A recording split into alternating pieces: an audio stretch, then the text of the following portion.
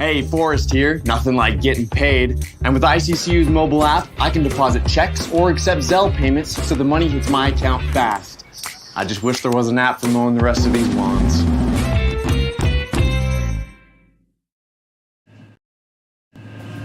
Ooh, the gym. Old stomping grounds. Hank Patterson, fly fishing guide. Riley Smith, tight end. Yeah, I appreciate that. Hey, you wouldn't happen to be the kicker? No, tight end. Again, thank you.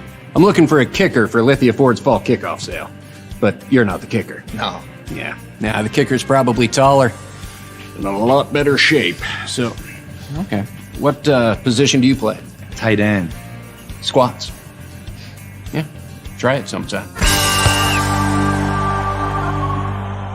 RowPaint.com, the official paint and coatings company of Boise State Athletics, is going all in this season with an all-star lineup. First up, he led the Broncos to 3 conference championships and 10 20-win seasons. It's Coach Leon Rice. Next, he's the founder and CEO of RowPaint.com. He played a little basketball in high school on the driveway with his mom. It's Andy Rowe.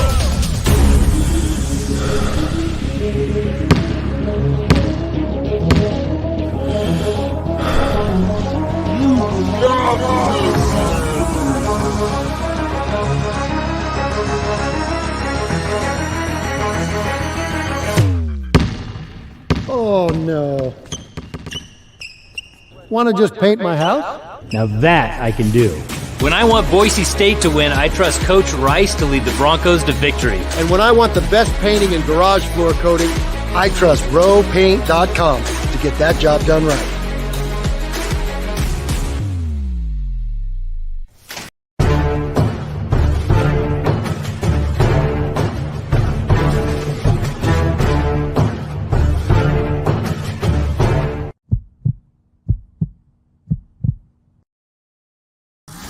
This is Bronco Nation News Live.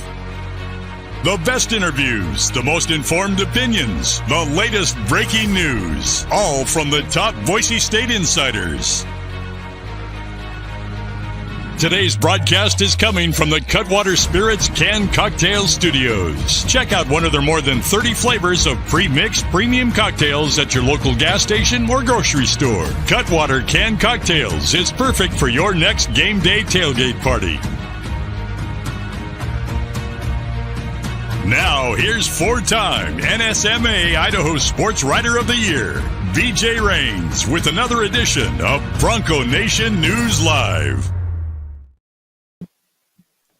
Hey, how we doing? I got to get the graphic off the screen here. This is one of the... ready. What are we doing here, Jay Tust? I see Jay Tust. We're here. Oh, man. Let's see what we got here. There we are. There we are. How we doing? All right. How are you? Good. I didn't know you were ready because you had different headphones on. So yeah, I did. Sorry. You left the BNN headphones at KTVB probably, huh? No, they're just still packed away, and I how that goes. Grab them at the last second here. So I got everything else, and I forgot the headphones. These were laying right by me, and I threw them on. Well, we appreciate it. It is a Tuesday edition of Bronco Nation News Live here at BroncoNationNews.com. We're trying to incorporate some new commercials, and I don't have Colin to put it all together for me anymore, so I'm kind of figuring it out on the fly here. So we didn't even have the correct Jay Tust intro playing today. It's been one of those kind of mornings. But my name is BJ Rains with Bronco Nation News. He's Jay Tust, sports director at KTVB. And every Tuesday and Friday, Jay and I get a chance here at 9 a.m. to talk Boise State football. And Jay, it is unfortunate that we really don't have much to talk about today.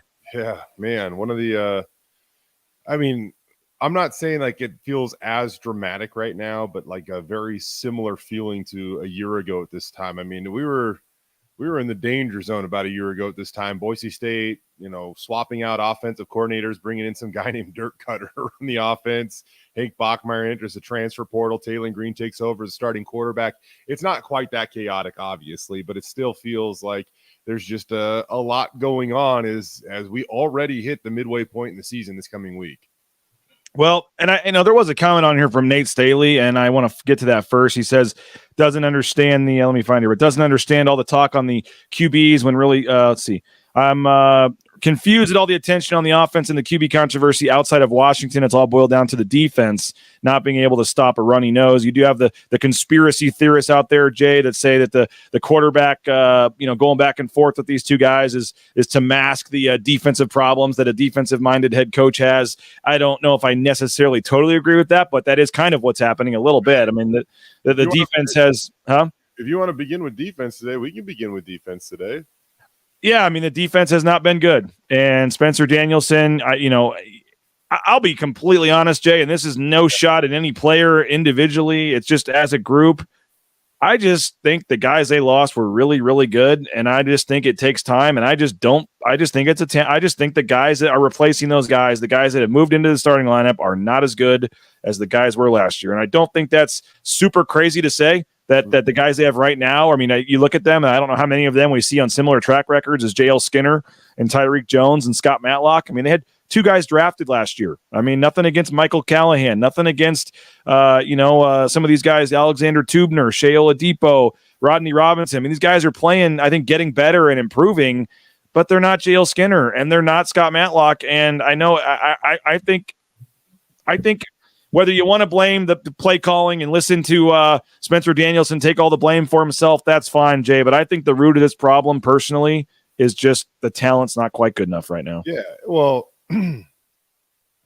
I mean, Spencer Danielson has a pretty darn good track record. And it was really funny because I sent out a tweet about the defense maybe a couple days ago. And yesterday or last night, somebody replied to it that, he took his massive pay raise this year and ran with it, right? But this isn't about money for a guy like, I mean, maybe to some degree, sure, but this isn't his sole driving factor. Spencer Danielson could have left for a lot of Power 5 jobs over the last couple of years. So if it was about money, he would have done that. Yeah. He could have gone with Brian Harsin and been the defensive line coach at Auburn and made more than what he does now to be a position coach there, than what he is to be a defensive coordinator at Boise State. So that certainly isn't it. When you look at his track record, it's not like he's forgotten how to call plays. Yep. But there is a disconnect right now between, what's going on in practice and executing on game day. And it's funny because I think that when you look at the results, sometimes you think, man, everything is wrong. And when you look at some of these numbers, BJ, I mean, the yards allowed per play is alarming. They rank 129th in the country. They're giving up 6.8 yards per play on defense. You don't need to be a mathematician to know that it takes you less than 2 plays to achieve a first down, on average, about 2, but a little less than 2 plays to achieve a first down against this Boise State defense. Is that good? If you were an offensive coordinator, you would be loving that. If you look at 20-yard, explosive plays allowed this season, 126 in the country, 32 of them. They can't really generate pressure against FBS teams. They had 6 sacks against an FCS school in North Dakota, but if you look at their sack totals against FBS teams, they have 5, which is tied for 104th in the country. Total yards allowed per game, 433.3, tied for 119th in the country. First down pass conversions on 3rd and 10 or longer. They're tied for 104th in the country. There are. It's only 9:08 in the morning. Come on, Jay. I know there are a lot of alarming stats there, clearly. And I think the thing that's tough for me is you can't really find anything this defense is doing at an elite level right now. They've been okay against the run at times this year, but that's still mostly kind of a, they can light the flame, but can't really carry the torch sort of ordeal, I would say. And so in a hurry, they have to identify what they are good at, and they have to lean on that. And then they have to hope that everything snowballs from there. I think another massive thing, BJ, that we can talk about the talent within the program, the talent that they're developing. This is a new era of college football. It's going to be really, really hard to keep guys in a program, allow them to, marinate and get better for 3 to 4 years. And then as a redshirt junior and a redshirt junior really start to rise to the occasion and compete. It just, that will be rare now, right? And so what you have to do is you have to have a few guys or at least a couple that are willing to do that. You have to find those couple, and then you have to complement those with older guys out of the transfer portal. And for one reason or another, it's been a big miss out of the transfer portal when it comes to defensive additions this year. Sheldon Newton's played quite a bit. I mean, I think that he's starting to really contribute to this team. But in terms of that game-changing, impactful play in space, make big plays, put pressure on the quarterback, it's just been non-existent. And I could name names, but it's basically everyone that they added out of the transfer portal on defense. I mean, they just haven't really done a lot this year. Tyler Wegas hasn't really done anything. Titus Toller's left the team. Cheese, right? Cheese. And I mean, you see him tweet and he's confident what he's doing at practice, waiting for opportunities in the game, I guess. I don't know enough to at practice to evaluate whether that he's deserving of that or not. I don't know. But there were some additions out of the transfer portal that you kind of expected to make an immediate impact. And the kid from Iowa State that's basically part of a bigger NCAA investigation that the 21 Iowa State, I can't remember. There's a lot of them. Yeah, the gambling sting or whatever that are kind of involved in figuring that out. Yep. And none of that's been decided yet, so we don't need to jump to conclusions or anything. But either way, he can't play right now because that's perceived. You're right. You're spot on, Jay. They missed significantly in the transfer portal. And I know basketball is different, but I mean, Leon Rice might have 3 starters this year that came out of the transfer portal for a team that's picked second in the Mountain West preseason. I mean, I get it. There's more football players. It's not quite that easy and you got to find the right guys. But that is one of the biggest issues is I think they knew they had some holes and they tried to fill them and they missed. Yeah. I don't even think that's like too subjective. Like I really feel like we can just kind of say that. I mean, maybe there are reasons to it that are beyond our knowledge, but that I don't really fault us for that because we report as much as we can know out of that program. And it's just been kind of a miss on that defensive side of the ball right now when it comes to adding immediate impact players. You can go back 1 year ago. I mean, look at the presence that George Tarlas had on that defense when he was available. You can go back and you can look even last year, like when they started, there was a point in time in the season where their number of pressures on opposing quarterbacks really started to drop. And a lot of that relates to the time that George Tarlas dropped out of the defensive lineup following that Air Force game. I mean, he was a massive, impactful player at a spot that, requires a massive, impactful player. He was experienced. He was smart, all of that stuff. And so, that's a guy that they need to add out of the transfer portal. And, it's interesting, BJ, because I think they got lucky with George. George was from Boise, and he wanted to come play at Boise State. I mean, he made that very clear that had always been his dream. But they also got him out of an FCS school. He was wildly productive at an FCS school. And you look at a lot of the transfers they got this year, Iowa State, Utah, Wisconsin.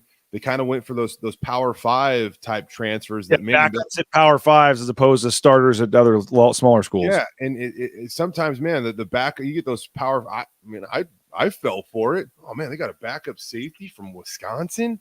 Oh, they're getting this dude that they once recruited that went to Utah. I mean, I get why he can't get on the field at Utah because they're wildly physical and got crazy talent. So maybe he's just barely not good enough to play, And I'm not trying to say, I will say too, some of these guys I'm talking about, Titus Toller, he was older. Tyler Wegas has quite a few years of eligibility left. Brown has quite a few years of eligibility left. Yeah. This is the final one for Newton, but I'm not even saying like, I don't want to get it misconstrued here. Like, I'm not saying Michael Callahan's a bad football player. I'm not saying that, and I guess Tubner's been hurt the last couple of games, but I mean, I think these are quality players and they're solid Mountain West players, but they're not NFL draft picks like guys they lost last year. There's a big difference. There is. And I mean, going into last year, we knew that JL Skinner was going to get drafted. He did. We were pretty positive that Scott Matlock was going to put himself in that discussion and get drafted, and he did. Tyreek Jones, we felt like was kind of a fringe guy. Same with Caleb Biggers. Tyreek Jones is still with an NFL organization. Caleb Biggers went to like the final day with the Browns. I mean, and nothing against like some of the Marco Notriani and Andrew Simpson, but like there's also something to be said for a Zeke Noah being a 6th-year senior. I mean, you're seeing what DJ Stram's doing when he's out there healthy. I mean, the experience and the veteran. I think that I do think that means something, whether you're an NFL player or not. I think Andrew Simpson has a great career ahead of him. Maybe Marco Notriani looks like they're both going to be star linebackers for a couple years, but there's just something about a guy like Zeke Noah that's hard to replace. Yeah. Marco's going to, I mean, I think very highly of Andrew Simpson. The same with Marco Notriani. I mean, I think he is really going to play at a high level for this team for a long time. And, eligibility wise, because, he redshirted and then probably could use his medical shirt, red shirt last year. I mean, you could probably say that he is a red shirt freshman this year when it comes to his eligibility, because he still has a ton of it left in front of him. Mm-hmm. And so those are guys that you feel very confident about, but they're not NFL type talent this year. You name two guys that I think will get there, BJ, but that's still a couple years down the road. I would say the same thing about a guy like Ty Benefield. But I think it's just kind of, we can make this easy or we can make it hard. And I think the easiest way to say is I don't anticipate really anybody on that Boise State defense, getting drafted this year. I just don't. And so I do think it can be that easy when we're talking about the level of talent. And I think people might be listening, it's only 2 guys. Well, 2 out of 11 guys. I mean, that's 20% of your defense. But as you said, you had 2 other guys in NFL training camps. Isn't Tyreek Jones still on a practice squad? I mean, you've got, and that, again, that's not even counting guys like Zeke Noah. And you mentioned George Tarlas for the first part of the year. I mean, they lost 6 or 7, 8 key guys on defense that, and again, I'm not taking all the blame away. Like Spencer Danielson, you are the coach. Oh, go ahead. Oh, I was going to say really quick, it's more than that even, because I know I mentioned this on Twitter last night too, but I think somebody just commented on it. Jackson Cravens, losing him to BYU. Man, that was a guy that not a lot of people talked about because he played the nose position, but he was a very important part of that defense last year at times. Yep. And you look at the physical nature of Isaiah Banya. For one reason or another, Isaiah had a tough time staying on the field at Boise State. And again, those are reasons beyond me that I'm just not privy to. Mm-hmm. But you look at his physical stature, and he would easily be one of the more physically, imposing athletic type pass rushers on this defense right now. I have a tough time believing he couldn't have helped in some capacity when it came to putting pressure on the quarterback this year. And so you mentioned all these guys that they lost due to graduation. Well, now Boise State, they lost some talent to the transfer portal, and we're looking at the results of it all right now, BJ. Yeah. I mean, you take as you said, you take the 8, 9, 10 guys off the defense, whether it be transfer portal or graduation or whatever, take them off, and then look at who they added. And they tried to make some additions with the transfer portal. I mean, again, I know it's a lot different, but the basketball team lost Burke Smith, Pavle Kuzmanovic, and Sada Nganga, and they replaced it with Roddy Anderson, Omar Stanley, and Cam Martin, all 3 guys who are expected to have major roles. And again, 13 roster spot, $80 versus 85. It's not apples to apples. I get it. But Spencer Danielson does deserve some. We can't just totally ignore it. I mean, I like Spencer Danielson. He's a good guy. I do think his track record has proven he's a good coach. But somebody mentioned, do you mix up the scheme to the talent you have? Is there something different you can do? I know they're trying. I think they have done that. I think that they have tried to find answers. I think I'm just saying it might be 5% of the blame. Maybe the players are 95, he's 5, but when you're the defensive coordinator and when you come on and say 100%, it's on me, I got to do better. He deserves a little bit of the blame. I'm not going to totally say the coaching deserves 0 blame for the defense struggling, but I do think by and large, the overall big problem on defense, in my opinion, is, I hate to say it, but the talent's just not good enough right now. Yeah. Talent, discipline. There's a lot that goes into it, I think. And at this point, they say that they're going to learn and they're going to grow. Well, there's really nothing else to do at this point. They will learn and they will grow, and they'll start to figure it out. And that Divine Obasheri last year, go ahead and pop that one back up, BJ. There was a point in time against, what was it, Colorado State? Scott Matlock has to, he's held out of that game. Divine comes in, he has a 4 sack or 4 tackle for lost game. I mean, he went off. It was his one opportunity to shine, and man, he shined. And so they just lack some experience, overall talent, and depth. And right now, what they have to lean into is developing young guys. you look out there at times, BJ, man, there are a lot of guys out there that have not just one, not just two, but sometimes 3 and 4 years of eligibility still remaining at Boise State. And, especially when DJ Schramm's not out there anchoring the middle of that defense. So they're young, and really the only option is to grow. But in the meantime, they're giving up some pretty massive numbers on the defensive side of the ball right now. And they got more than anything. You watched the LSU Ole Miss game at all the other night, BJ? No, still working.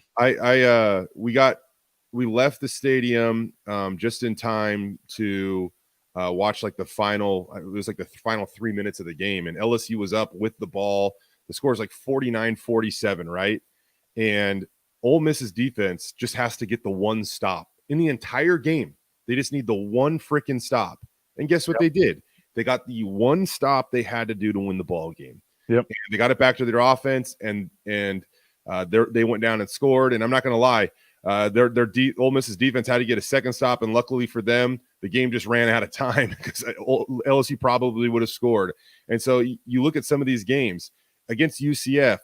If Boise State's defense just gets that one stop at the end, yep.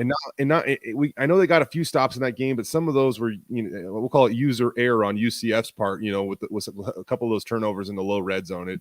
I don't know if it was everything to do with Boise State's defense. The Alexander Tubner combination with Rodney Robinson pick, that was a nice play, but the other one was just thrown right to Jalen Clark, who caught it. So tip of the cap to him, but it wasn't really necessarily a huge forced turnover, I would say. But if they get one stop against Memphis, BJ, one stop, they might win that game. And they just need, even if 95% of the game goes bad, man, they got to answer the call when they just need to answer the call. Yeah, and it's like you said, two of the. I mean, I hate to say it, but I mean, Andy Avalos is right. They're the same team, whether they'd won one of those games or not. But this very easily could be a 4-1 football team right now if they just get a couple stops. I mean, they could have won the UCF game, could have won the Memphis game. This could very easily be a 4-1 football team right now.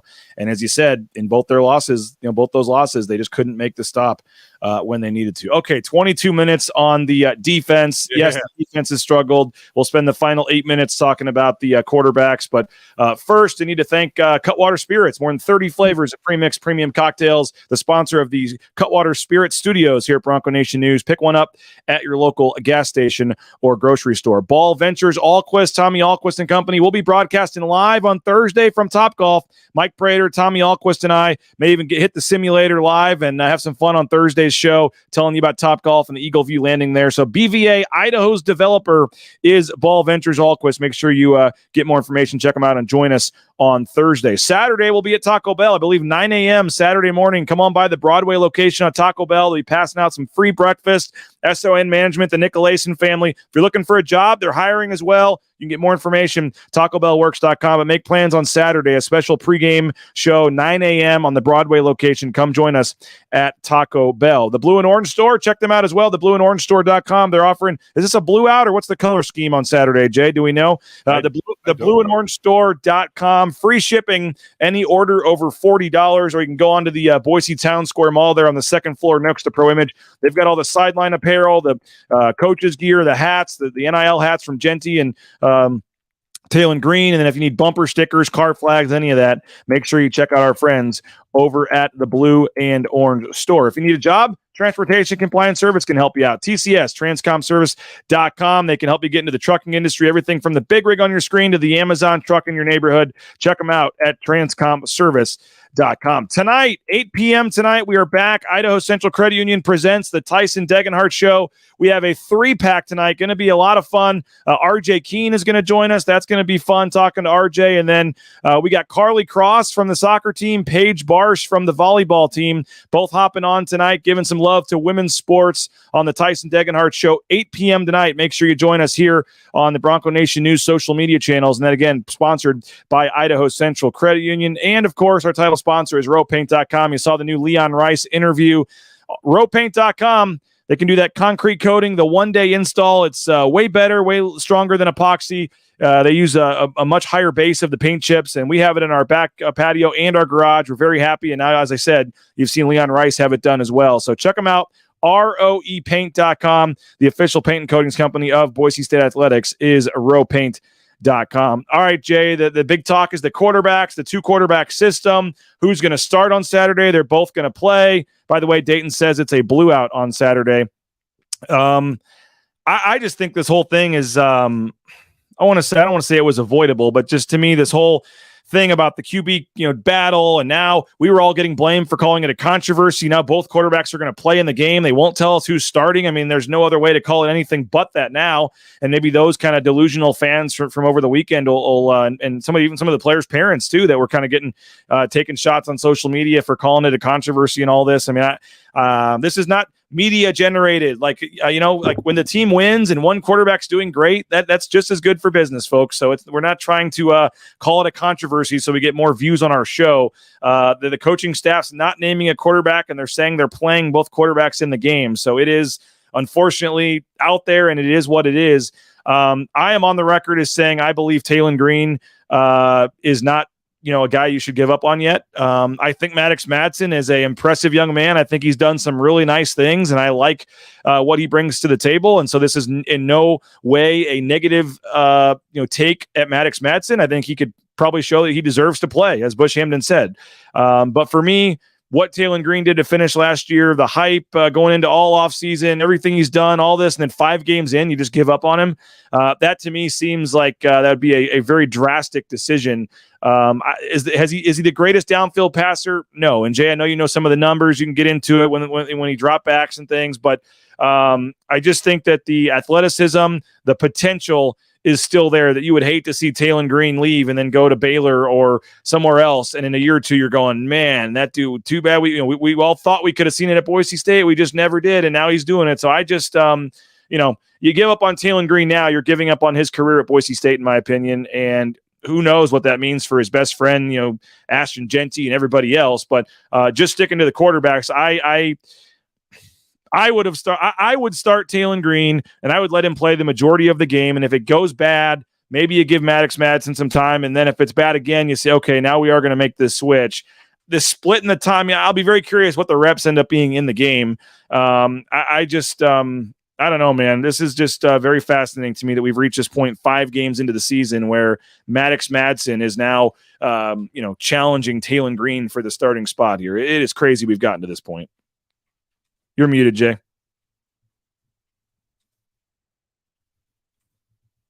Had a tough time finding my mouse there. I agree that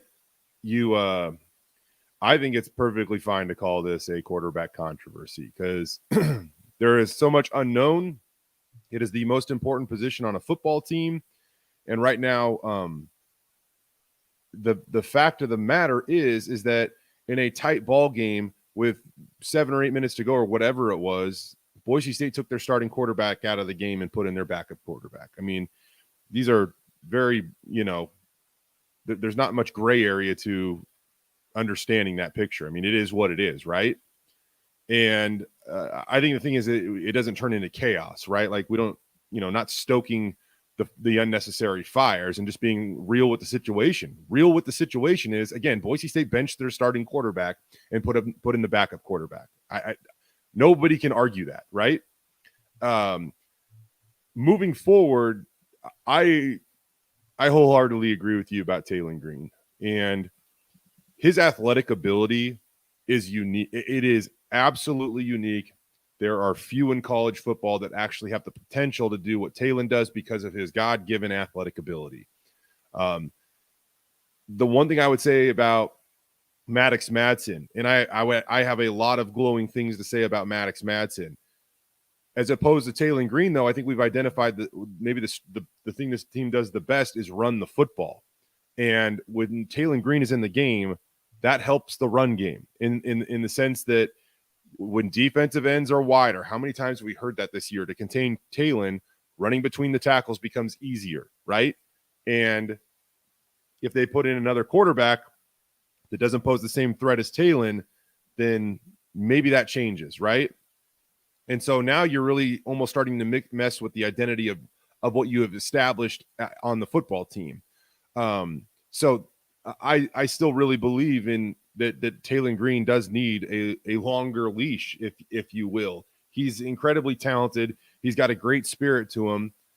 but he also has to improve in other areas. And both of these things can be true, right? Right now, his quarterback efficiency rating is 115 and change, right? That is 11th out of 12 qualified Mountain West quarterbacks.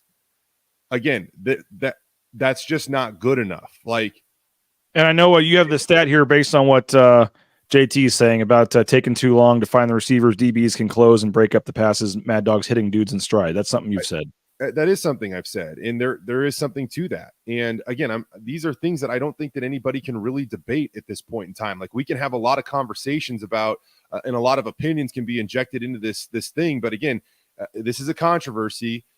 We're not stoking the fires of chaos. I think there's just a very real way to talk about this. And a 115 quarterback rating, that's not good enough for anybody, right? Especially Boise State standards. It's just not.